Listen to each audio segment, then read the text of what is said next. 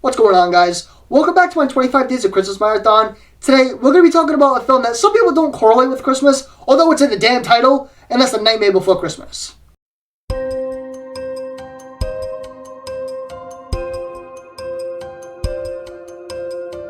So for my money, this film just screams Tim Burton and Henry Selick, maybe even more than other titles like Beetlejuice and Coraline. This style is just thrown all over this film, having that not only gothic feel and look, but gothic tale, and for me, that's arguably the best part of the film. The sets are super well crafted, having such insane detail from the sets, set pieces, and character designs, and also the actual texture to everything. It looked like everything had its own feel, opposed to everything being like a flat CGI looking film. Nightmare Before Christmas is very scenic with its displays, effects, puppets, and even the camera work. If my research is correct, they had over 400 heads just for Jack's facial features, along with having 100 bodies over 3 years, crafting and contorting these sets and how these characters moved. There was just so much attention to detail, from the actual character designs, the backgrounds, the way certain things were shaped, and also the color scheme as well. In Halloween Town, things went dull with a bunch of grays, whites, blacks, and muted yellows, but in Christmas Town, there was just so many bright colors all across the rainbow. While we're on the topic of how the film looked, the stop animation was absolutely phenomenal. Sure, it wasn't perfect, but for me, that imperfect nature just plays into the charm of the film. I absolutely adored how all these characters moved and how they all moved in their own way. Alright, before I talk to you for 20 minutes about the animation and how dazzling the film looked, let's dive into the actual story and the plot. Nightmare Before Christmas is a super creative and very unique concept, having so much to offer from the catchy songs, the uniquely crafted characters, and all the memorable scenes. There was so much heart that went into making this film. Like, who would think about combining two completely opposite holidays together and actually making it work in tremendous fashion? What may turn some people away was the dark elements the film hinted at, like with some of the designs, their actions, and some of the pieces of the dialogue. But to me, like the imperfect animation, that too just plays into the charm of the film, because Burton and Selick aren't really known for being very subtle, if we're being honest, right? There were some interesting themes about depression and wanting more for yourself, which usually wouldn't really hit home for the younger audience. But that's what also helps this movie age so well, is that as a kid, you can appreciate how fun it is and how great it looks, but when you get older, you can still appreciate all of that on top of the hidden themes and dark elements. At this point, I'm sure everyone and their mother have seen this flick at least once and know the whole rundown of the plot.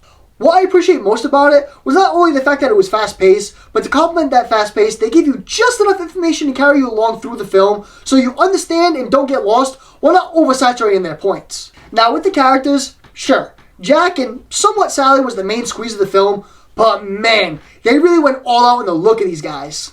All the characters are so unique and played into the Halloween theme so well, having characters like zombies, werewolves, witches, and even the devil made a cameo. And not to mention, they had all these great voices for the singing portion as well. With Jack, he's our anti-protagonist in all of this, but for me, he wasn't a character that you really needed to dig so deep on to see the true meaning of it. As mentioned, his motive was well recognized and expanding on, going through that depression phase, then he has his character arc in the last act, but in reality, the main appeal is just watching him go through the motions of the holiday along with the trials and tribulations. With Sally, for my money, she doesn't really get enough praise. She basically was the closet hero through most of this film, where she was mainly the voice of reason. Her character, like Jack, was fairly well recognized, but I wish she just got a little bit more from her. And the last character I want to talk about was Oogie Boogie. I guess you can call him the main antagonist in all of this, although he wasn't really tremendously established, but at the end of the day, he is such an iconic villain that serves the role so well. Although he doesn't get a lot of screen time, I'd argue that he steals every single scene that he's in when he's in frame, being such an opposing figure to be reckoned with, especially to come that final act. Like, just his voice was awesome. As for the other side characters, every single one of them was great. Like Oogie Boogie didn't really have a tremendous role in all of it, but in the same breath, the movie would not be the same without these characters, like Dr. Finkelstein, the Mayor, and Lock, Shock, and Barrel. And the last positive I had in the film, like anything else really, arguably being the best bit of the film, the songs.